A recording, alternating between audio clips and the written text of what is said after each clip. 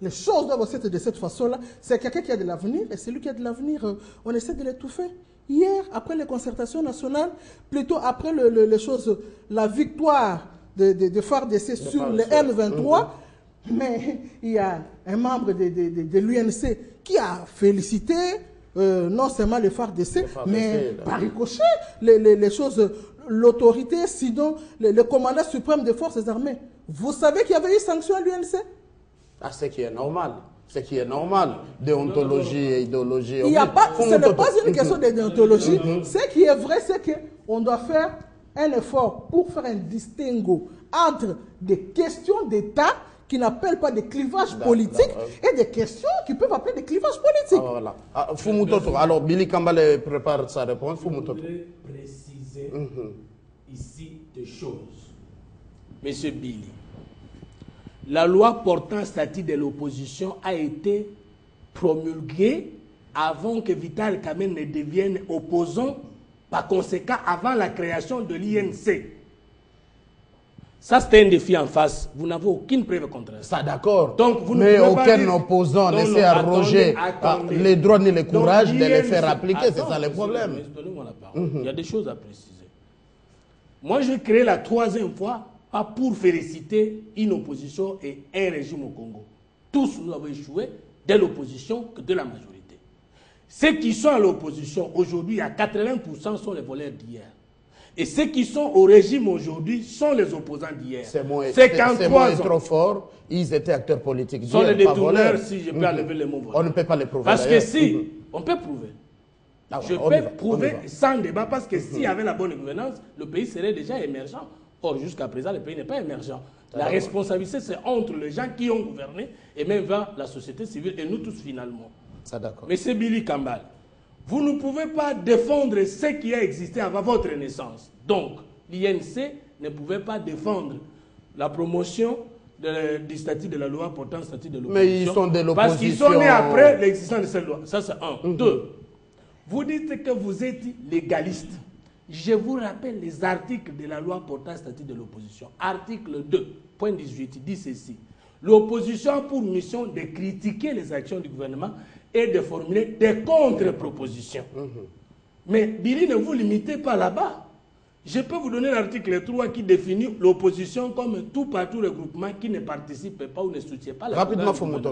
Mais prenez l'article 16, point 3 et 4, qui dispose: l'opposition doit reconnaître à la majorité son droit de gouverner. Point 4. L'opposition doit privilégier les dialogues ou la concertation sur les grandes questions d'intérêt national et la résolution des différends politiques.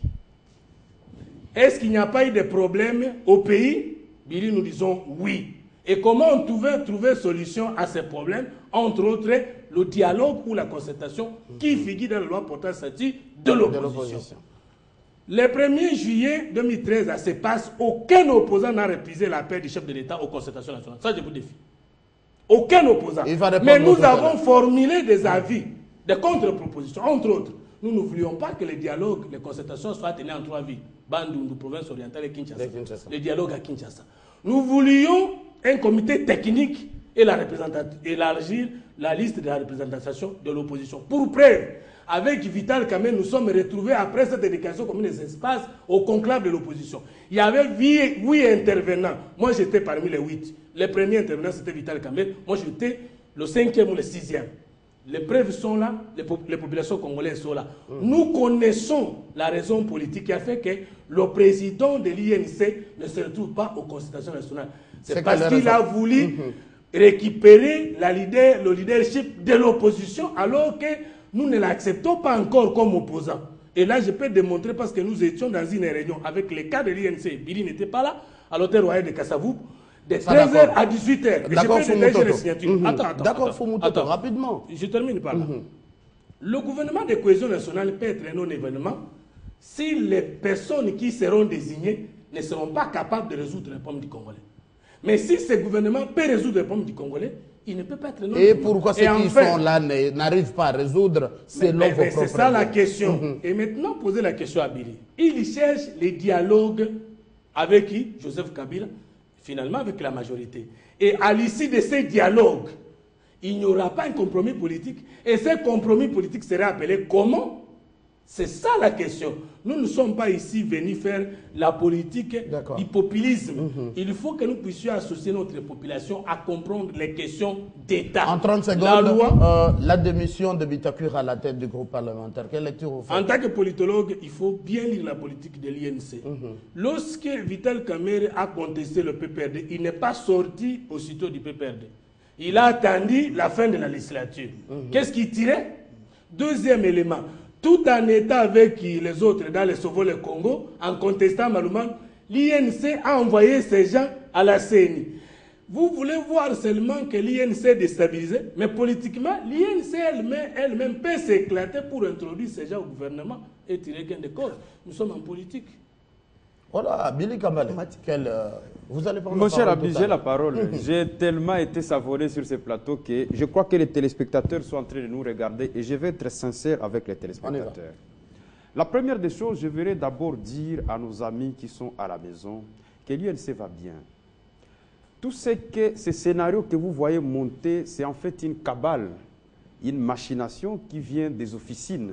Parce que la cible aujourd'hui, c'est l'honorable Vital Kamerhe. Et vous verrez très bien qu'à chaque fois que le président Kamerhe effectue un voyage en Europe, il est encore en Europe, il devient la cible. On l'a vu lors de leur fameuse concertation nationale. J'aimerais dire à mon frère Fumutoto qu'il faut faire la part des choses. Lui-même a reconnu que le rôle de l'opposition, c'est de faire des contre-propositions. L'opposition peut se retrouver avec le pouvoir pour débattre des questions d'État. Mais le cadre, il faut le définir. On ne peut pas aller dans un congrès de la majorité présidentielle et penser que vous allez émettre un point de vue quelconque. Pour preuve, tout ce dont vous êtes entendu aux concertations nationales, rien n'a été fait. Rien du tout. Moi, j'aimerais vous dire une chose. Je sais que Fumutoto prêche pour sa chapelle. Ce sont les concertateurs. Mais je vais lui dire, assumez-vous. On s'est entendu à CEPAS que nous allons respecter scrupuleusement les prescrits de l'accord cadre d'Addis Abeba et de la résolution 2098 qui, à son point 14 de la résolution 2098, assertion B, il est exigé un dialogue sous la facilitation du représentant spécial des Nations Unies. Et pour votre information, ça a commencé. Peut-être vous ne le savez pas. Il y a une table ronde qui est organisée par les représentants spéciaux.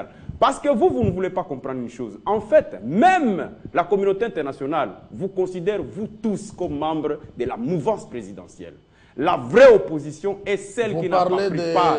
J'ai parlé de toute l'opposition qui a participé. Tous ceux qui ont pris part dans leurs trucs, ça c'est considéré aujourd'hui aux yeux en interne comme en international, comme les gens de la mouvance présidentielle. Et je vous informe que le lundi de la semaine passée, les membres de l'opposition, la vraie, se sont retrouvés autour du représentant spécial du secrétaire général. Qui sont les membres de l'opposition? Et vous avez suivi le mercredi ici. À l'issue de toutes ces tractations, les représentants spéciaux ont pris la position ferme pour dire que la MONUSCO le principal objectif de la MONUSCO, c'est d'organiser les élections en 2016 et qu'il n'est pas question qu'on touche à la Constitution actuelle. C'est celle-là que nous recherchons. Si vous voulez parler de vos histoires, la promenade de santé que vous avez fait vous parler du peuple, je vous le concède. Mais nous restons légalistes. Quand on parle, il y a des contre-vérités aussi qui ont été dites sur le président Kamerhe. Il y a des contre-vérités. La démission de Bitakura, est-ce le début de la fin de l'UNC? Non, laissez-moi rigoler. Même les gens qui vous suivent à la maison sont en train de rigoler. Moi, pour peu que j'ai suivi, je crois que l'honorable Bitakura a démissionné de son poste de président du groupe parlementaire. Et il a affirmé qu'il est membre de l'INC. Alors, mais là, l'interprétation, je suis quand même surpris que c'est Mme Ernestine de la majorité présidentielle qui donne un discours magistral pour défendre Bitakura. Alors, ça nous surprend. Mais nous, à l'INC, nous sommes sereins. Parce que nous voyons les choses se dérouler et nous restons fermes dans notre détermination, puisque nous ne voulons pas qu'on puisse nous distraire. Et quand Fumutoto dit, ça serait votre stratégie, vous faire éclater et retrouver certains de vos membres? Non, ça c'est la masturbation de l'esprit, tout simplement. Non, vous l'avez fait pour la CENI. Quelle CENI? Vous avez un membre de la CENI.